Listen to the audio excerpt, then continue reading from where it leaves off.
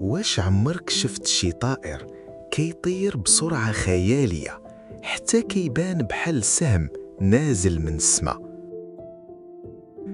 كنهضروا على صقر الشاهين، واحد من أسرع الكائنات في العالم.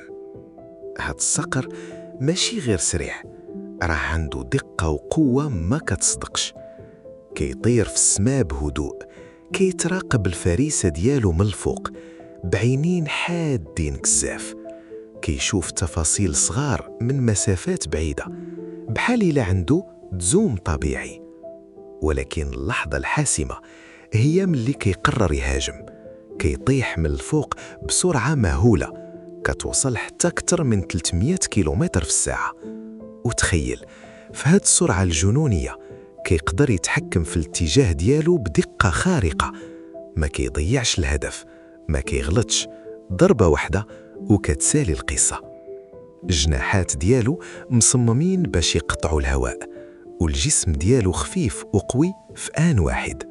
سبحان الله، سرعة زائد دقة زائد قوة مجتمعين في كائن واحد.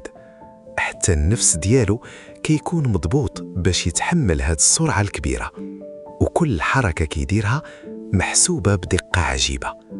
ودابا ملي تشوف صقر في السماء ما تبقاش غير كتشوف طائر، راه كتشوف معجزة ربانية طالع في السماء وكيهبط بسرعة ما كتخيلش. واش